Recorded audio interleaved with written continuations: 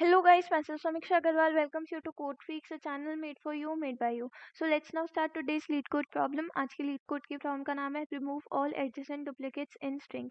इसी लेवल की प्रॉब्लम है और ट्रस्ट मी गाइस बहुत ही ज़्यादा सिंपल प्रॉब्लम है, घबराने वाली कोई बात नहीं है. तो सबसे पहले अपन देख लेते हैं कि इस क्वेश्चन में अपने को गिवन क्या क्या है और ये क्वेश्चन अपने को क्या कहना चाह रहा है. इस क्वेश्चन में अपने को एक एस नाम की स्ट्रिंग गिवन है जिसके अंदर अपने को बोला है कि उस स्ट्रिंग में सिर्फ लोअर केस इंग्लिश अल्फाबेट्स ही स्टोर्ड होंगे. अब अपने को करना क्या है, अपने को इस पूरी स्ट्रिंग को ट्रैवर्स करना है, इस पूरी स्ट्रिंग को इटरेट करना है और अपने को देखना है कि क्या दो एडजेसेंट एलिमेंट्स, मतलब क्या दो ऐसे एलिमेंट्स जो एक साथ आ रहे हैं क्या वो इक्वल है कि नहीं है. अगर अपने को अपनी स्ट्रिंग में कोई भी दो ऐसे एलिमेंट्स मिल जाते हैं जो एक साथ आ रहे हैं और इक्वल हैं तो अपने को क्या करना है, उन दोनों एलिमेंट्स को ही रिमूव कर देना है. और फिर लास्ट में जो अपनी स्ट्रिंग बचेगी जिसके अंदर कोई भी दो एलिमेंट्स जो एक साथ आ रहे हैं वो इक्वल नहीं होंगे ना, अपने को उसको रिटर्न कर देना है. जैसे अगर अपन इस वाले एग्जाम्पल की बात करें तो इस वाले एग्जाम्पल में अपने को दिख रहा है कि ये जो दो बीज हैं वो एक साथ आ रहे हैं और इक्वल है. तो अपन क्या करेंगे, अपन इन दोनों बीज को रिमूव कर देंगे. फिर अपनी स्ट्रिंग क्या बचेगी, ए. अब इसके अंदर भी ये जो दो एज होंगे वो एक साथ आएंगे तो अपन क्या करेंगे, इन दोनों एज को भी रिमूव कर देंगे और फिर अपनी लास्ट में स्ट्रिंग क्या बचेगी, सी. इसके अंदर कोई भी दो एडजेसेंट एलिमेंट्स ऐसे नहीं है जो इक्वल आ रहे हो, इसलिए अपन इस स्ट्रिंग को रिटर्न कर देंगे. सिमिलरली अगर अपन इस वाले एग्जाम्पल में देखें तो इस वाले एग्जाम्पल में भी ये जो दो एक्स हैं वो इक्वल हैं और एक साथ आ रहे हैं तो अपन इन दोनों को रिमूव कर देंगे. फिर अपनी स्ट्रिंग बचेगी A Z Z Y. तो अपन क्या करेंगे, अपन इन दोनों जेड्स को भी रिमूव कर देंगे तो अपनी स्ट्रिंग क्या बचेगी, ए और वाई. अब इस स्ट्रिंग के अंदर ऐसे कोई भी दो एडजेसेंट एलिमेंट्स नहीं है जो इक्वल आ रहे हो तो अपन इस स्ट्रिंग को रिटर्न कर देंगे. तो अब अपन देख लेते हैं कि इस क्वेश्चन में अपने को इस क्वेश्चन को अपन सॉल्व कैसे करेंगे. तो देखो, इस वाले क्वेश्चन को सॉल्व करने के लिए अपने को सबसे पहले तो ये पता चला कि अपने को आंसर में भी एक स्ट्रिंग रिटर्न करनी है. मतलब अपन क्या करेंगे, एक और स्ट्रिंग बनाएंगे आंसर नाम की और उसके अंदर अपनी वैल्यूज को स्टोर करते जाएंगे. मतलब उसके अंदर अपन चेक करते जाएंगे कि क्या दो एडजेसेंट एलिमेंट्स इक्वल तो नहीं है. अगर दो एडजेसेंट एलिमेंट्स इक्वल होंगे तो अपन उनको हटा देंगे. बाकी अपन अपनी आंसर वाली स्ट्रिंग के अंदर अपने जो कैरेक्टर्स हैं, जो एडजेसेंट कैरेक्टर्स इक्वल नहीं आ रहे हैं, अपन उनको स्टोर करते जाएंगे. तो सबसे पहले तो अपनी आंसर वाली स्ट्रिंग खाली है तो अपन क्या करेंगे, अपनी जो ओरिजिनल स्ट्रिंग है उसका फर्स्ट लेटर अपनी आंसर वाली स्ट्रिंग के अंदर स्टोर करवा देंगे कि अभी ये जो है वो तो डुप्लीकेट आ नहीं सकता क्योंकि ये सिर्फ एक ही एलिमेंट है, इससे पहले अपनी स्ट्रिंग खाली थी. ठीक है. अब अपन बी स्टोर करवाते वक्त क्या देखेंगे, जब अपन को बी को स्टोर करवाना है अपन उस टाइम क्या देखेंगे कि अपना जो अपनी आंसर वाली स्ट्रिंग का जो ये लास्ट एलिमेंट है, ठीक है, वो क्या बी के इक्वल है. तो बी के इक्वल नहीं है तो अपन क्या करेंगे, बी को भी स्टोर करवा देंगे अपनी आंसर वाली स्ट्रिंग के अंदर.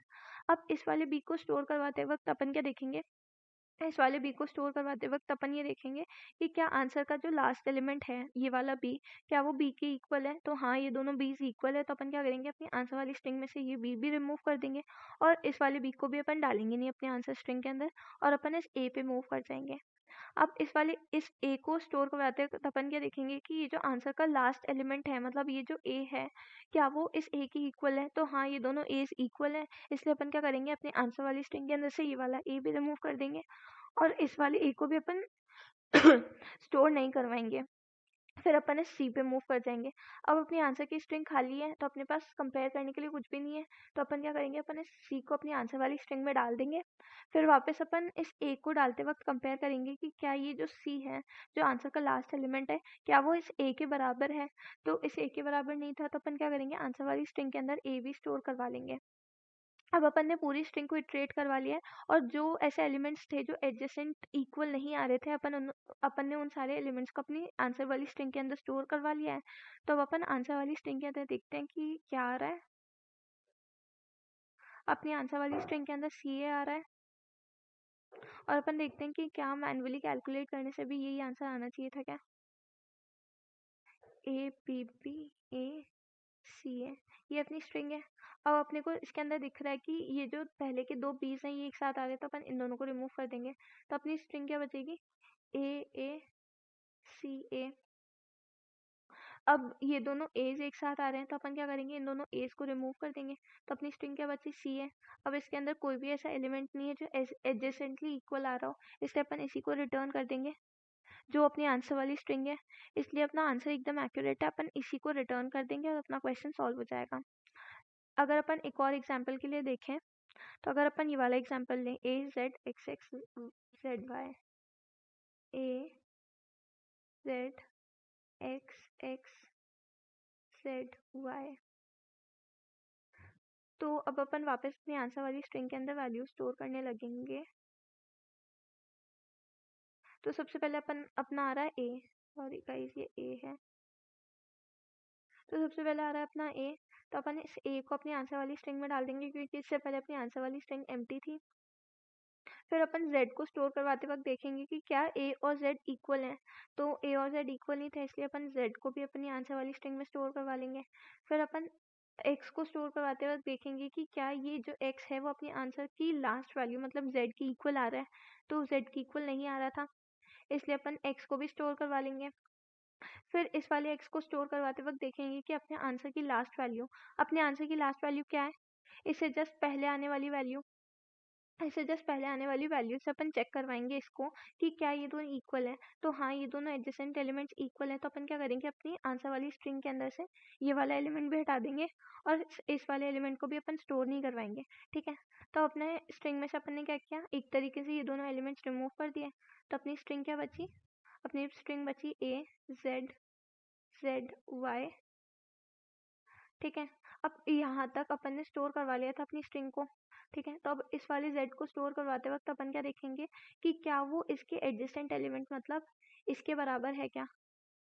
इसके एडजेसेंट एलिमेंट, इसका एडजेसेंट एलिमेंट अपन ने ऑलरेडी स्टोर करवा लिया था अपनी आंसर वाली स्ट्रिंग के अंदर, ये वाला z। तो अपन इस वाले z और इस वाले z को कंपेयर करेंगे कि क्या ये दोनों इक्वल है। तो हाँ ये दोनों इक्वल थे, तो अपन क्या करेंगे, इन दोनों को ही वापस रिमूव कर देंगे अपने आंसर वाली स्ट्रिंग में से।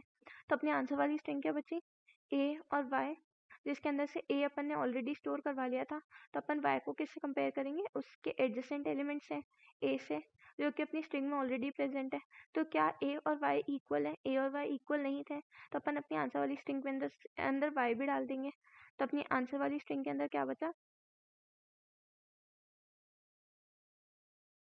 ए और वाई। अपन इसी स्ट्रिंग को रिटर्न कर देंगे और यही अपना आंसर होगा, जो कि ये है। तो अब अगर अपने को अप्रोच सही से समझ आ गई है तो अपन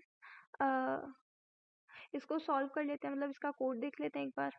तो इसके कोड के लिए मैंने क्या किया, सबसे पहले तो अपनी आंसर वाली स्ट्रिंग बनाई। फिर अपन ने क्या किया, अपन ने अपने पूरे स्ट्रिंग को इटरेट किया। अपनी पूरी स्ट्रिंग को इटरेट करने के लिए मैंने एक फॉर लूप चलाया अपनी स्ट्रिंग की साइज तक।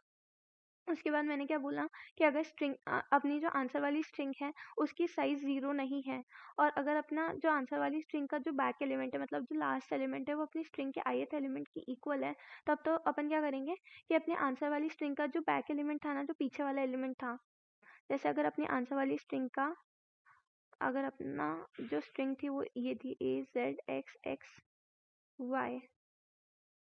ठीक है, और अपनी आंसर वाली स्ट्रिंग में अभी अपन ने इतना स्टोर करवा लिया था, ए जेड और एक्स स्टोर करवा लिया था, ए जेड और एक्स स्टोर करवा लिया था। तो अब अपने आंसर की जो साइज है वो भी 0 नहीं है, तो ये जो फर्स्ट वाली कंडीशन है ये भी ट्रू है। और फिर इसने क्या बोला है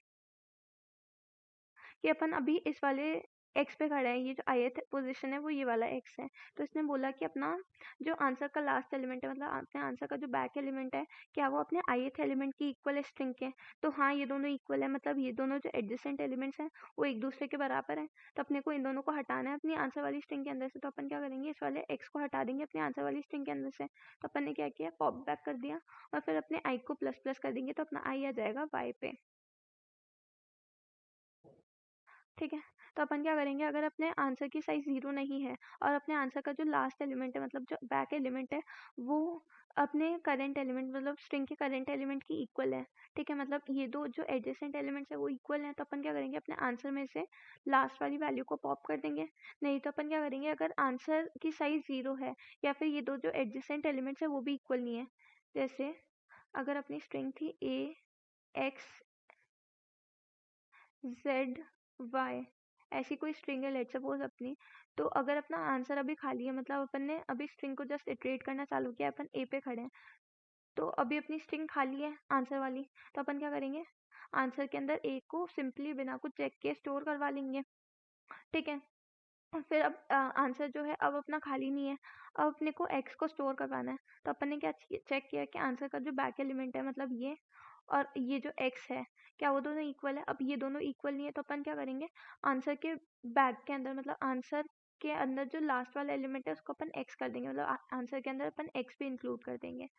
तो यही ये कंडीशन कहना चाह रही है कि अगर जो लास्ट वाला एलिमेंट है आंसर का वो अगर अपने ith एलिमेंट के इक्वल आ जाता है, मतलब दो एडजेसेंट एलिमेंट्स इक्वल आ जाते हैं, तो अपने आंसर के अंदर से पॉप बैक कर दो, मतलब लास्ट वाले एलिमेंट को हटा दो, नहीं तो आंसर के अंदर पुश बैक कर दो अपना जो करंट एलिमेंट है वो। तो ऐसे अपना ये पूरा लूप अगर अपन पूरे स्ट्रिंग के लिए इटरेट करेंगे तो अपने को अपनी वो स्ट्रिंग मिल जाएगी जिसके अंदर दो एडजेसेंट एलिमेंट कभी भी इक्वल नहीं आ रहे हैं।